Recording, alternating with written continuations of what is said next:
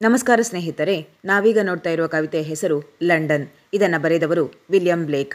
William ಬ್ಲೇಕ್ ಒಬ್ಬ ಪ್ರಸಿದ್ಧ romantic poet ಆಗಿದ್ದರು. ಇದು ತುಂಬ ಸಣ್ಣ ಮತ್ತು ಸರಳ ಕವಿತೆಯಾಗಿದೆ.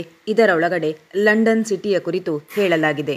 ವಿಲಿಯಂ ಬ್ಲೇಕ್ ಅವರು ಲಂಡನ್ ಸಿಟಿಯ ಒಳಗಡೆ ಓಡಾಡ್ತಾ ಇರಬೇಕಾದ್ರೆ ಕೈಗಾರಿಕಾ ಕ್ರಾಂತಿ ಅಥವಾ ಇಂಡಸ್ಟ್ರಿಯಲ್ ರೆವಲ್ಯೂಷನ್ ಆದ ಮೇಲೆ ಆ ಸಿಟಿಗೆ ಆದಂತಹ ತೊಂದರೆಗಳು, ಆ ಜನಗಳು ಅನುಭವಿಸಿದ ಸಂಕಷ್ಟ, ಅದರಿಂದ ಸಮಾಜಕ್ಕಾದಂತಹ ಹಾನಿ, ಇದರ ಕುರಿತು ಈ ಕವಿತೆಯಲ್ಲಿ ವಿವರವಾಗಿ ಬರೆದಿದ್ದಾರೆ.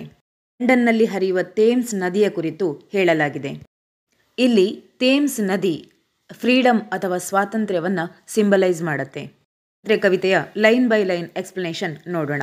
ಮೊದಲು ನೀವಿನ್ನೂ ನಮ್ಮ ಚಾನಲ್ ಸಬ್ಸ್ಕ್ರೈಬ್ ಮಾಡಲಿಲ್ಲ ಅಂದರೆ ದಯವಿಟ್ಟು ಚಾನಲ್ ಸಬ್ಸ್ಕ್ರೈಬ್ ಮಾಡಿ. ಇಲ್ಲಿ ನಮ್ಮ ಕವಿಯಾದ ವಿಲಿಯಂ ಬ್ಲೇಕ್ ಲಂಡನ್ನ ಹಳ್ಳಿಗಳಲ್ಲಿ ಅಥವಾ ರಸ್ತೆಯ ಬದಿಗಳಲ್ಲಿ ಓಡಾಡ್ತಾ ಆ ಜನರ ಪರಿಸ್ಥಿತಿಯನ್ನು ನೋಡಿ ಕವಿತೆಯಲ್ಲಿ ಎಕ್ಸ್ಪ್ಲೇನ್ ಮಾಡಿದ್ದಾರೆ. ಇದು ತುಂಬ ಸಣ್ಣ ಕವಿತೆಯಾಗಿದೆ. I wander through each chartered street. ನಾನು ಲಂಡನ್ನ ಪ್ರತಿಯೊಂದು ಡೆಸಿಗ್ನೇಟೆಡ್ ಹಳ್ಳಿ ಅಥವಾ ರಸ್ತೆಗಳಲ್ಲೂ ಸುತ್ತಾಡಿದ್ದೇನೆ. ಇಲ್ಲಿ ಚಾರ್ಟೆಡ್ ಅಂದರೆ designated. Near where the charted Thames does flow. Thames ನದಿಯ ಕುರಿತು ಹೇಳ್ತಾ ಇದ್ದಾರೆ. ನಾನು ಆ ಗಲ್ಲಿಗಳಲ್ಲಿ, ರಸ್ತೆಗಳಲ್ಲಿ, ಆ ಹಳ್ಳಿಗಳಲ್ಲೆಲ್ಲ ಓಡಾಡಿ ಥೇಮ್ಸ್ ನದಿಯ ಪಕ್ಕಕ್ಕೆ ಬಂದೆ. ಇದನ್ನು ನೋಡಿ ಕವಿಗೆ ಏನನಿಸಿತು ಅಂದರೆ, ಥೇಮ್ಸ್ ನದಿಯ ನೀರನ್ನು ಕೂಡ ಜನರು ಡಿಕ್ಟೇಟ್ ಮಾಡ್ತಾ ಇದ್ದಾರೆ.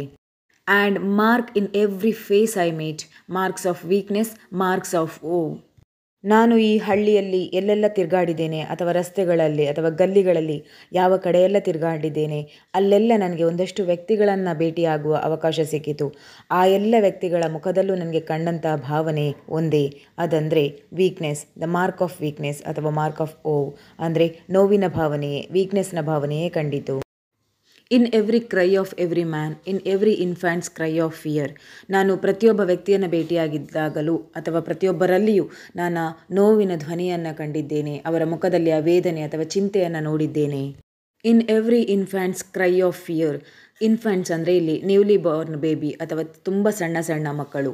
ಆ ಮಕ್ಕಳ ಹುಟ್ಟುವಿಕೆಯಲ್ಲೂ, ಹುಟ್ಟುವಾಗ ಆ ಕ್ಷಣದಲ್ಲೂ ಅವರೊಂದು ಭಯದ ವಾತಾವರಣದಲ್ಲೇ ಇರ್ತಾರೆ. ಅವರ ಜೀವನ ಪೂರ್ತಿ ಆ ಭಯದ ವಾತಾವರಣ ಅವರ ಮುಖದಲ್ಲಿ ಗೋಚರವಾಗುತ್ತದೆ. ಆ ಪ್ರಶಾಂತ ಪರಿಸರದಲ್ಲೂ ಕವಿಗೆ ಮಕ್ಕಳ ಭಯಪೂರಿತ ಅಳುವಿನ ಧ್ವನಿಯೇ ಕೇಳುತ್ತಿದೆ. In every voice, in every ban, the mind forged manacles I hear. ಎಲ್ಲ ಭಯ ಅಥವಾ ನೋವು ಅಥವಾ ಚಿಂತೆಯ ಕಾರಣ, ಹಿಂದಿರುವ ಕಾರಣ ಏನಂತಂದರೆ ಆ ಲಂಡನ್ನ ಗೌರ್ಮೆಂಟ್ ಮಾಡಿರುವಂತಹ ಬೇರೆ ಬೇರೆ ಕಾನೂನುಗಳಿರ್ಬೋದು, ರೂಲ್ಸ್ ಆ್ಯಂಡ್ ರೆಗ್ಯುಲೇಷನ್ಸ್ ಇರ್ಬೋದು, ಅಥವಾ ಅಲ್ಲಿಯ ರೆಸ್ಟ್ರಿಕ್ಷನ್ಸ್ ಇರ್ಬೋದು. ಅದೆಲ್ಲ ಕಾನೂನುಗಳು ಸರ್ಕಾರ ನಡೆಸುವವರಿಗೆ ಅಗತ್ಯತೆ ಇದೆ. ಆದರೆ ಒಬ್ಬ ವ್ಯಕ್ತಿ ಅಥವಾ ಒಬ್ಬ ಮುಗ್ಧ ಸಾಮಾನ್ಯ ಮನುಷ್ಯ ಅಥವಾ ಒಂದು ನ್ಯೂಲಿ ಬೋರ್ನ್ ಬೇಬಿಗೆಲ್ಲ ನೋಡಿದರೆ ಅದು ತುಂಬ ರಿಸ್ಟ್ರಿಕ್ಟೆಡ್ ಅನ್ನಿಸಿಬಿಡುತ್ತದೆ. In every voice. ನಾನು ಪ್ರತಿಯೊಬ್ಬರ ಧ್ವನಿಯಲ್ಲಿಯೂ ಈ ನೋವಿನ ಕಥೆಯನ್ನು ಕೇಳ್ತೇನೆ. How the chimney sweepers cry every blackening churches apples.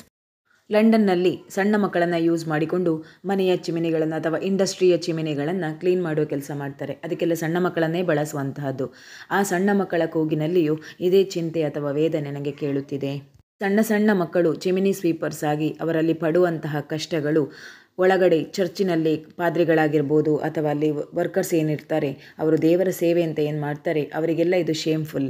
ಅವರಿಗೆಲ್ಲ ಈ ಮಕ್ಕಳ ರೋದನೆ ಯಾಕೆ ಕೇಳುತ್ತಿಲ್ಲ, ಇವರೆಲ್ಲ ಯಾಕೆ ಮೌನಿಗಳಾಗಿದ್ದಾರೆ ಅನ್ನೋದು ಇಂಡೈರೆಕ್ಟಾಗಿ ಕವಿಯ ಪ್ರಶ್ನೆಯಾಗಿದೆ.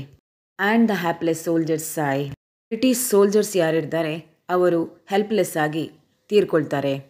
ಹಾಗೆ ಸತ್ತಂತಹ ಸೈನಿಕರ ಬ್ಲಡ್ ಆ ಇಡೀ ಸ್ಟ್ರೀಟಲ್ಲಿ ಹೋಗಿ ಆ ಪ್ಯಾಲೇಸಿನ ಗೋಡೆಯ ಮೇಲೆಲ್ಲ ಅಂಟಿಕೊಂಡಿದೆ. ಮುಂದುವರಿತ ಕವಿ ಹೇಳ್ತಾರೆ, but most through midnight streets I hear. ಮಿಡ್ ನೈಟುಗಳಲ್ಲಿ ರೋಡ್ನಲ್ಲಿ ನಾನು ಶಬ್ದಗಳನ್ನು ಕೇಳುತ್ತೇನೆ. How the youthful harlot's curse. ಹೊಸ ಅಂದರೆ ಇನ್ನೇನು ದೇಶದ ಭವ್ಯ ಪ್ರಜೆಗಳಾಗಬೇಕಾದಂಥ ಯಂಗ್ ಜನ್ರೇಷನ್ ಪ್ರಾಸ್ಟಿಟ್ಯೂಟ್ಗಳಾಗಿ ಆ ಮಹಿಳೆಯರು ರಸ್ತೆಗಳಲ್ಲಿ ಕಿರ್ಚಾಡೋದನ್ನು ಕೇಳ್ಬೋದು. ಅದರಲ್ಲಿ ಕೂಡ ನನಗೆ ವೇದನೆ ಕೇಳುತ್ತಿದೆ, ನೋವು ಕಾಣುತ್ತಿದೆ.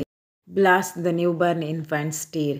ಆ ಪ್ರಾಸ್ಟಿಟ್ಯೂಟ್ಗಳಿಗೆ ಹುಟ್ಟಿದಂತಹ ಸಣ್ಣ ಮಕ್ಕಳು ಯಾರಿರ್ತಾರೆ, ಇನ್ಫ್ಯಾಂಟ್ಸ್ ಯಾರಿರ್ತಾರೆ, ಅವರ ರೋದನೆ ತುಂಬ ವಿಚಿತ್ರಕಾರಿಯಾಗಿರ್ತದೆ.